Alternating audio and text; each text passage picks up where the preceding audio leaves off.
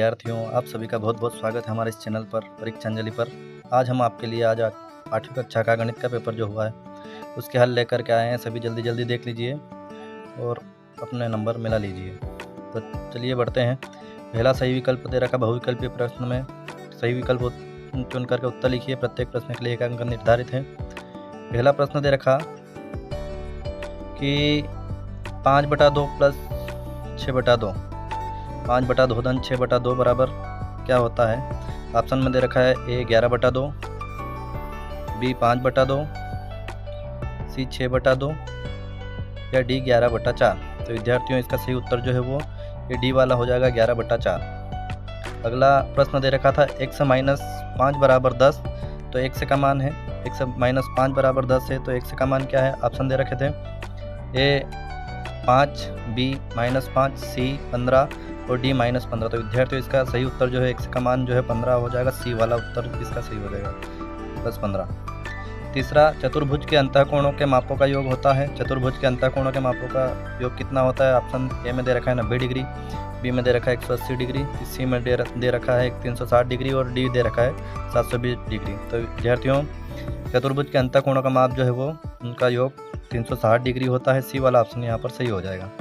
अगला, एक पूर्ण वर्ग में इकाई के स्थान पर कभी भी निम्न अंक नहीं हो सकता। कोई सा भी पूर्ण वर्ग जो होता है उसमें इकाई के स्थान पर कौन सा अंक नहीं हो सकता। ऑप्शन दे रखा है 1, 3, 5 या 6। तो विद्यार्थियों इसमें जो है वो बी वाला ऑप्शन 3 जो है वो सही हो जाएगा। किसी भी पूर्ण वर्ग में इकाई के स्थान पर 3 कभी भी नहीं आता है। अगला, किसी शून्यतर परिमेय संख्या a के लिए जहां n एक धनात्मक परिमेय संख्या है तो a की घात n का गुणात्मक प्रतिलोम होगा। तो a की घात n का गुणात्मक प्रतिलोम क्या होगा। ऑप्शन दे रखे हैं a की घात n, b में दे रखा है a की घात -n, c में दे रखा -1/a की घात n और d दे रखा है 1/a की घात -n। तो विद्यार्थियों इसका उत्तर जो है वो b वाला ऑप्शन हो जाएगा a की घात -n। तो इस प्रकार से चारों पाँचों जो है वो उत्तर देख लीजिए। पहले वाले में डी आएगा, दूसरे में सी, तीसरे में सी, चौथे में बी और पांचवें में बी। इस प्रकार से अंक मिला लीजिए। आगे बढ़ते हैं हम इसके रिक्त स्थानों की ओर।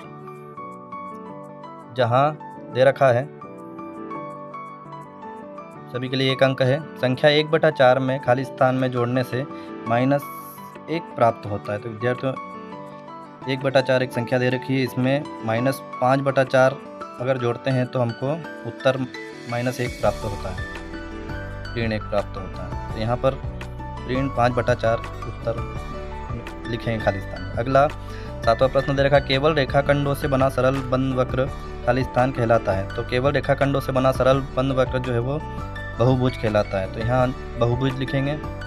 आंकड़ों के 2 समूह को एक साथ दर्शाने वाला दंड आलेख, आंकड़ों के 2 समूह को एक साथ कोई दर्शाता है दंड आलेख तो उसको दोहरा दंड आलेख कहते हैं विद्यार्थियों। तो यहाँ दोहरा दंड आलेख लिखना है। अगला 9वां प्रश्न दे रखा है, भारत सरकार ने खाली स्थान से जीएसटी लागू किया। भारत सरकार ने जो है वो सन 2017 से, तो 1 जुलाई 2017 से जीएसटी लागू किया। 2017 लिखते तो भी आपका उत्तर सही हो जाता, 1 जुलाई 2017।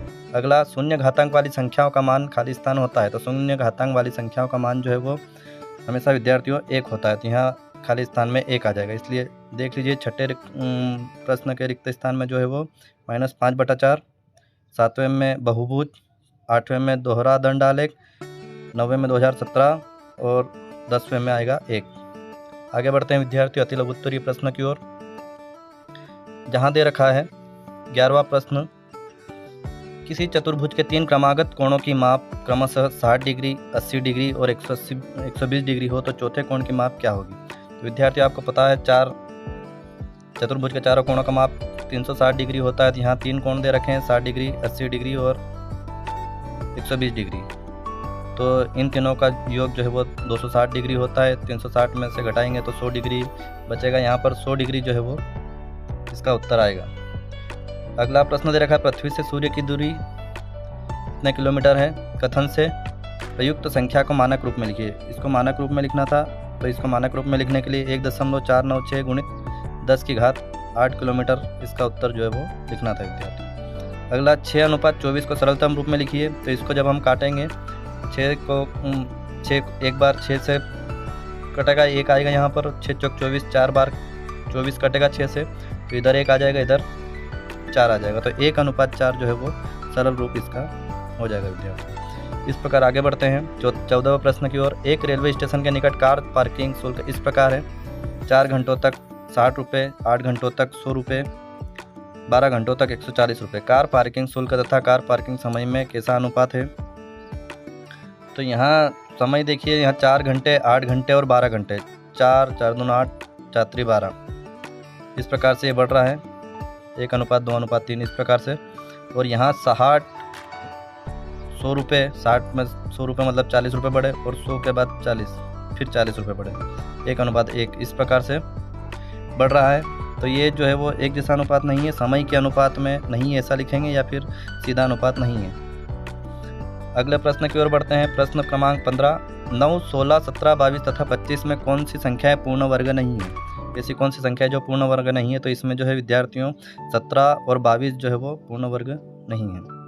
अगला दे रखा है सूत्र: a धन b की घात 3 बराबर a की घात 3 धन a की घात 2b धन 3ab का वर्ग धन b की घात 3 के प्रयोग से 32 का मान ज्ञात कीजिए। इस प्रकार से ये आपको हल करना था, और इसका जो मान है वो 32,768 इस प्रकार से आ जाता। आगे बढ़ते हैं 17वें प्रश्न की ओर।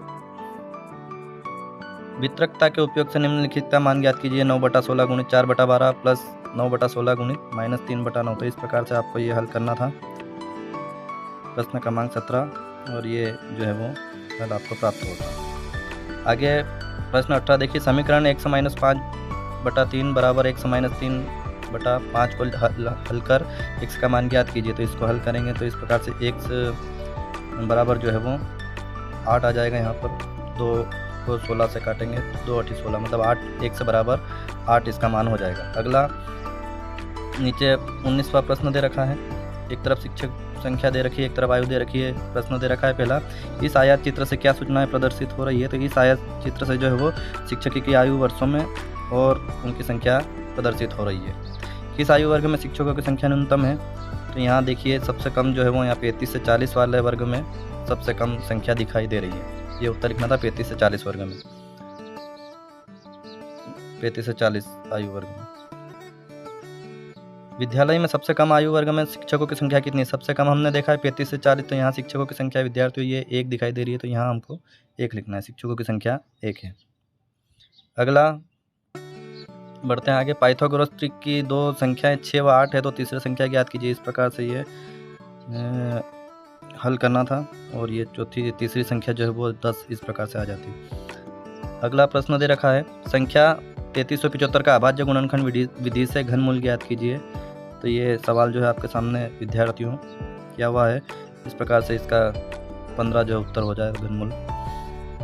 यदि रोहन के पास अपने धन का 50% खर्चा करने के बाद 800 रुपये बचे, तो ज्ञात कीजिए कि उसके पास शुरू में कितना धन था। तो इस प्रकार से मान लो 1 धन था, तो 1 का 50% बराबर 800 रुपये होता है। 1 से गुणित 50/100 बराबर जो है वो 800 रुपये। और कितना धन था, तो 1 से बराबर 800 गुणित 100/50 बराबर करेंगे तो 1600 रुपये। इस प्रकार से उसका उत्तर आ जाएगा, उसके पास 1600 रुपये थे। अगला